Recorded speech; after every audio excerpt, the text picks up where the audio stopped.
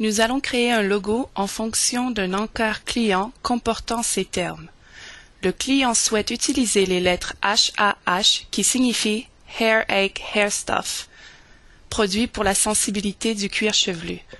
Je vais utiliser des raccourcis clavier décrits ci-dessous. Allons-y. Je sélectionne les touches HAH, puis la touche plus de mon clavier pour créer un objet dupliqué. Ne supprimez jamais les informations d'origine, car vous pourrez ainsi les réutiliser. CTRL plus T affiche le menu fixe de formatage des caractères. Je choisis la liste déroulante des polices. Lorsque je fais descendre mon curseur sur cette liste, le texte affiché à l'écran est mis à jour en fonction du type de police. J'utilise la flèche vers le bas de mon clavier pour faire défiler la liste. La police de mon choix étant nommée RUARCH, je tape RU puis j'appuie sur la touche Entrée, ce qui sélectionne automatiquement la police. J'ai choisi cette police pour son apparence unique et parce qu'elle me permettra de vous montrer certains effets intéressants. Cette police n'est pas disponible avec votre installation X4, mais une autre police fera tout autant l'affaire. N'oubliez pas que CorelDRAW X4 utilise également des polices installées par d'autres programmes dans votre système Windows. Vous pouvez aussi acheter des polices que CorelDRAW pourra également utiliser. Pour décomposer cette chaîne de texte, j'ouvre le menu Arrange, Disposition. Puis je sélectionne l'option Break Artistic Text Apart, scinder le texte artistique. Je dispose maintenant de caractères individuels. Je veux placer chaque caractère dans un cercle adapté. Pour ce faire, le mieux est de sélectionner l'outil Texte, de taper un O majuscule, puis d'attribuer à ce O la police RUARCH, de sorte qu'il corresponde à notre dessin. Vous voyez que je redimensionne le caractère en tirant les poignées noires situées aux angles. Sélectionner un caractère affiche les poignées d'échelle ou de redimensionnement ici au milieu. Si je resélectionne le caractère, les poignées de rotation s'affichent. Je vais maintenant utiliser les poignées de rotation. Celles situées sur le côté sont nommées poignées d'inclinaison. Si j'appuie sur la touche Maj pendant le redimensionnement, celui-ci s'effectue à partir du centre. Le haut et le bas sont donc redimensionnés en même temps. J'essaie de donner à l'objet une apparence plus circulaire. Ceci fait, je le replace sur la lettre H et le centre à vue d'œil. Je clique ensuite pour activer la poignée de rotation et effectue la rotation. Notez que le haut est plus épais sur le côté gauche. Je vais changer cela. Pour effectuer un zoom avant, j'appuie sur la touche Z de mon clavier afin de sélectionner l'outil Zoom. Puis, je clique et fais glisser mon curseur pour effectuer un zoom avant sur une zone. Pour modifier la forme d'un objet créé avec un outil, par exemple l'outil rectangle, ellipse ou dans ce cas texte, je dois convertir l'objet en courbe. J'ouvre le menu Arrange, Disposition, puis je sélectionne l'option Convert to Curves, Convertir en courbe, ou j'utilise le raccourci CTRL plus Q. L'objet est maintenant éditable. Lorsque je sélectionne l'outil Forme, des points nodaux apparaissent autour de l'objet. Ce sont ces points nodaux qui permettent de définir la forme de l'objet. Si je clique sur l'un de ces points nodaux et le fais glisser, je peux modifier la forme de l'objet. Nous en saurons plus sur les points nodaux au fur et à mesure. Pour l'instant, je veux supprimer des points nodaux. Je trace donc une zone de sélection autour de tous les points nodaux que je ne souhaite pas conserver, puis j'appuie sur la touche Supprimer de mon clavier. Je peux sélectionner l'arête extérieure et simplement la faire glisser pour modifier la forme de l'objet. Je vais supprimer plusieurs points nodaux pour mieux redéfinir ce cercle. Le haut a une meilleure apparence, mais paraît encore un peu épais sur le côté gauche.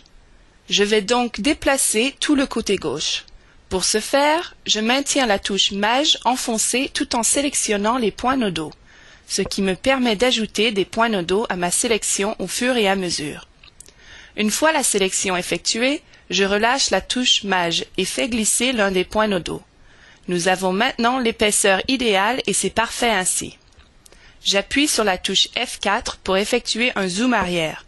Je vais maintenant utiliser ce même cercle pour les autres caractères. Je crée un objet dupliqué en cliquant sur la touche plus de mon clavier. Puis, je place cet objet sur l'autre hache et utilise les boutons miroirs. J'applique d'abord un effet miroir dans le sens vertical, puis dans le sens horizontal. Bien qu'il s'agisse du même cercle, il semble différent en raison de sa position. J'utilise de nouveau la touche plus et place cet objet dupliqué sur la lettre A. Je fais ensuite légèrement pivoter cette lettre de sorte qu'elle ne soit pas semblable à l'autre lettre. Tous les cercles paraîtront ainsi individuels dans le dessin. Je vais maintenant placer chaque caractère au centre de son cercle, et ce, à vue d'œil. Je sélectionne maintenant le H et le cercle et les combine l'un à l'autre. L'indication Combine, combiné, apparaît sur la barre de propriétés. Ceci génère un objet à partir des deux objets. Lorsque j'effectue cette opération sur chaque lettre, les lettres adoptent instantanément la même couleur, formant à présent un objet et non pas deux. Je vais maintenant recolorier chaque caractère. Je vais utiliser le violet intense, le magenta et l'orange.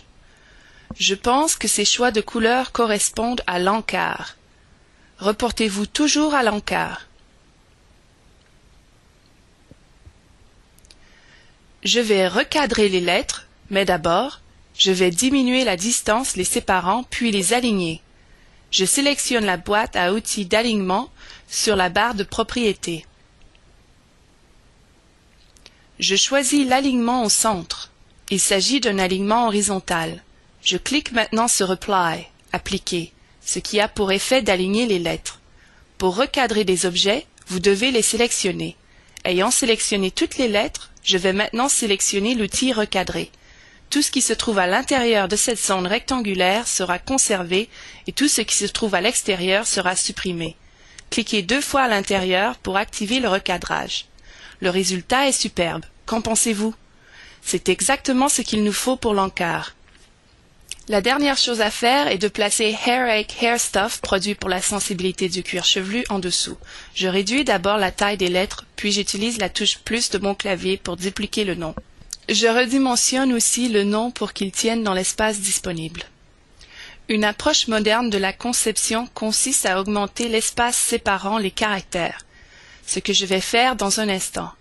Mais je vais d'abord choisir une autre police, la police Arial Rounded, qui me paraît mieux adaptée à ce style particulier. Pour espacer les caractères, je sélectionne l'outil Forme. 2 flèches, appelées flèches de crénage, apparaissent alors sur le texte sélectionné. Si je tire cette flèche vers la droite, l'espace entre les caractères augmente. Si nous disposions de quelques lignes de texte, ces flèches augmenteraient l'espace entre les lignes. Ayant espacé ces caractères, je vais maintenant diminuer leur taille, puis les espacer un peu plus.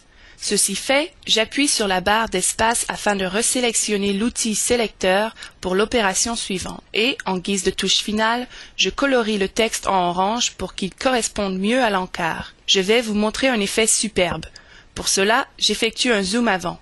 J'ouvre maintenant le menu FX, Effets, puis je sélectionne l'option Bevel, Biseau, ce qui ouvre le menu fixe. Bevel, Biseau. 2 options sont disponibles ici, l'une d'entre elles étant l'option de Biseau, que je vais vous montrer maintenant. Je sélectionne mon premier objet, puis Soft Edge, bord adouci. Vous voyez les paramètres?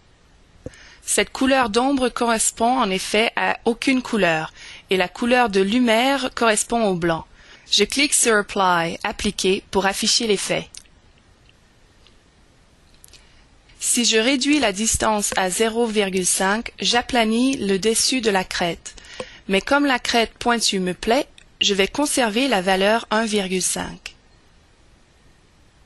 Sur l'image suivante, je vais vous montrer l'autre effet, nommé estampage. Il s'agit également d'un superbe effet. N'importe lequel de ces effets conviendrait parfaitement à ce scénario. Mais je préfère l'effet de biseau. Je vais l'appliquer partout. Voilà à mon avis un effet vraiment dynamique qui correspond bien à notre encart.